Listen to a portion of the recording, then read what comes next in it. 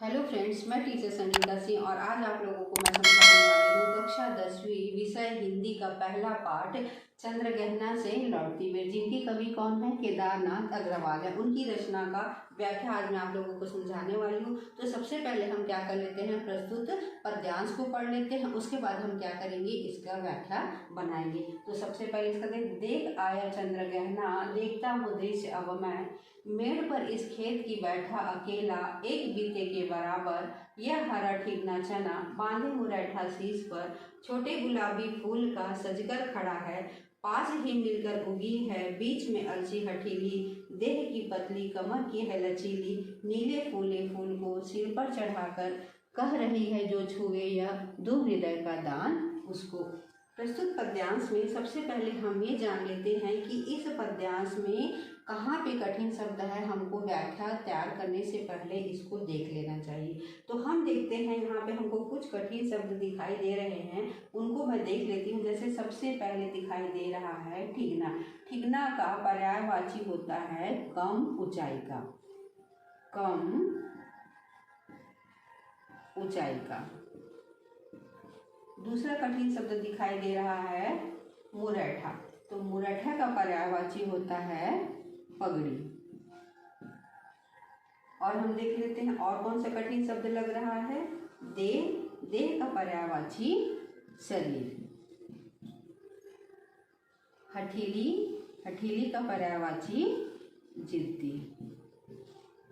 अब हमारे पास कठिन शब्दों के पर्यायवाची शब्द आ चुके हैं। अब हम इसका क्या करते हैं, व्याख्या तैयार करते हैं। तो व्याख्या तैयार करने से पहले हमको जो है वो एक मनोभाव तैयार कर लेना चाहिए कि कवि क्या कहना चाहता है। जब हम कवि के तरीके से सोच कर लेते हैं तो हमको व्याख्या बनाने में वो चीज़ें सरल लगने लगती हैं। तो हम देखते हैं कि केदारनाथ अग्रवाल जो है वो क्या कह रहे हैं इस कविता में। देख आया चंद्रग्रहण, देखता हूँ दृश्य अब मैं, मेड़ पर इस खेत की बैठा अकेला। कहने का मतलब है केदारनाथ अग्रवाल जो है वो कहाँ से आ रहे हैं, चंद्रग्रहण नामक एक गांव से क्या कर रहे हैं, वापस आ रहे हैं। उस गांव को देख करके क्या कर रहे हैं, वापस आ रहे हैं। और कहाँ पर बैठ गए हैं, खेत की मेड़ पर जो है वो बैठ गए हैं। और खेत की मेड़ पर बैठे हैं और कैसे बैठे हैं, वो अकेले बैठे हो। अकेले खेत की मेड़ पर बैठ करके कवि क्या करता है, खेत को देखता है। और खेत को देखता है तो उसको क्या दिखाई देता है, एक बीते के बराबर यह हरा ठिगना चना, बांधे मुरैठा शीश पर, छोटे गुलाबी फूल का सजकर खड़ा है। मतलब कवि को खेत में क्या दिखाई देता है, एक बीते के बराबर, मतलब एक बालिश के बराबर उसको जो है वो किसका पौधा दिखाई देता है, चने का पौधा दिखाई देता है। और चने का पौधा कैसा है, कम ऊंचाई का है। ठिगना है मतलब क्या है, वो कम ऊंचाई का है।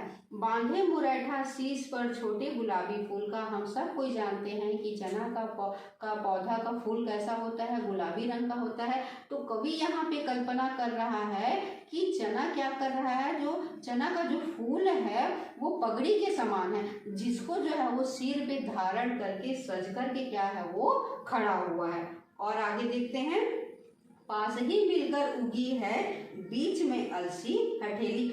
और चने के पौधे के पास जो है वो और कौन सा पौधा उग आया है, तो वो कौन सा पौधा उग करके आया हुआ है, अलसी का पौधा उग करके आया। उगी है बीच में अलसी हठीली, देह की पतली कमर की है लचीली। और वहीं पर चने के खेत के पास ही और कौन सा पौधा उग करके आया है, अलसी का पौधा उग आया है। और वो अलसी का पौधा कैसा है, जिद्दी है। और इसको जिद्दी क्यों कहा गया है अलसी के पौधे को, क्योंकि अलसी का पौधा कहीं पर भी उग आता है, इसलिए कवि इसको क्या कह रहा है, जिद्दी कह रहा है। और अलसी का पौधा होता है, उसका फूल कौन से रंग का होता है, नीले रंग का फूल होता है। और उसके हम शरीर को देखते हैं तो शरीर कैसा होता है, पतली होता है, एकदम पेन के बराबर होता है, इसलिए उसके शरीर को क्या कहा गया है, पतली कहा गया है। और कमर की लचीली कहा गया है। जैसे ही हवा का झोंका चलता है तो अलसी का पौधा क्या हो जाता है, झुक जाता है। इसीलिए कवि इसको क्या कह रहा है, देह की पतली कमर की है लचीली। मतलब अलसी का पौधा कैसा है, देह का उसका शरीर क्या है, पतला है, और कमर से क्या है वो लचीली है। नीले फूले फूल को सिर पर चढ़ाकर कह रही है जो छुए या दो हृदय का दान उसको अलसी का जो पौधा होता है उसका फूल को कौन से रंग का होता है, नीले रंग का होता है। और नीले रंग का मतलब उसके ऊपरी भाग में जो फूल खिला हुआ रहता है, तो उसको कवि कह रहा है कि नीले फूले फूल को सिर पर चढ़ा करके, मतलब वो नीले फूल उसके सिर वाले भाग में चढ़े रहते हैं। और वो कह रही है जो अलसी कि अगर कोई मुझे छुएगा तो मैं उसको क्या कर दूंगी, अपने हृदय को उसके ऊपर जो है वो निछावर कर दूंगी।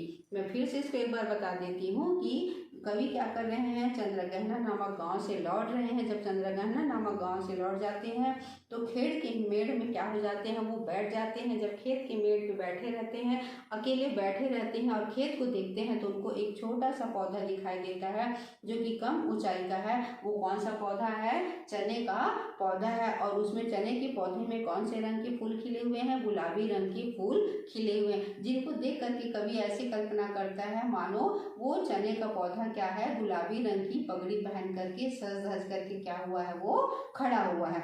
और उसके पास में किसका पौधा उगा हुआ है, अलसी का पौधा उगा हुआ है। और अलसी के पौधे को कवि क्या कह रहा है, जिद्दी कह रहा है। इसलिए जिद्दी कह रहा है क्योंकि अलसी का पौधा कहीं पे भी क्या होता है, उग करके आ जाता है, इसलिए उसको कवि क्या कह रहा है, जिद्दी कह रहा है। और अलसी का पौधा के उसका शरीर कैसा है, पतला है। और कमर क्या है उसका जो है वो लचीला। और उसमें कौन से रंग के फूल खिले रहते हैं, नीले रंग के जो है वो फूल खिले रहते हैं। तो अलसी कह रही है कि जैसे फूल को सिर में चढ़ा करके कह रही है, अगर कोई मुझे छुएगा तो मैं अपने हृदय को उसके ऊपर क्या कर दूंगी, मैं निछावर कर दूंगी। केदारनाथ अग्रवाल द्वारा बहुत ही सुंदर लिखी हुई रचना है, ग्रामीण परिवेश का दृश्य इस कविता में केदारनाथ अग्रवाल द्वारा जो है वो बताया गया है। अगर हम इसकी भाषा को देखते हैं तो भाषा सरल सहज है,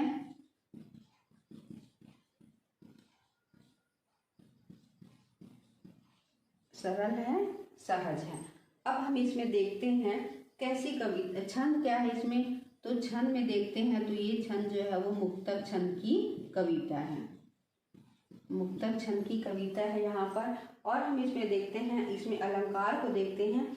फूले फूल, फूले फूल में फ की क्या हुई है, आवृत्ति हुई है। तो यहाँ पे कौन सा अलंकार है, अनुप्रास अलंकार है। पूरे पद्यांश में माननीय चेष्टाओं का आरोप किया गया है। तो माननीय चेष्टाओं कहने का मतलब है मनुष्य के समान जो है वो क्रियाकलाप बताया गया है। मनुष्य के समान क्रियाकलाप कैसे होता है, जैसे सज करके खड़े होना, हृदय का जो है वो दान कर देना, देह की पतली, कमर की है लचीली। तो माननीय चेष्टाओं का आरोप है। तो पूरे पद्यांश में जो है वो कौन सा अलंकार है, मानवीकरण अलंकार है, मानवीकरण अलंकार। यह वीडियो आप लोगों को कैसा लगा, यह वीडियो आप लोगों को पसंद आया होगा तो like, comment, share and subscribe करें।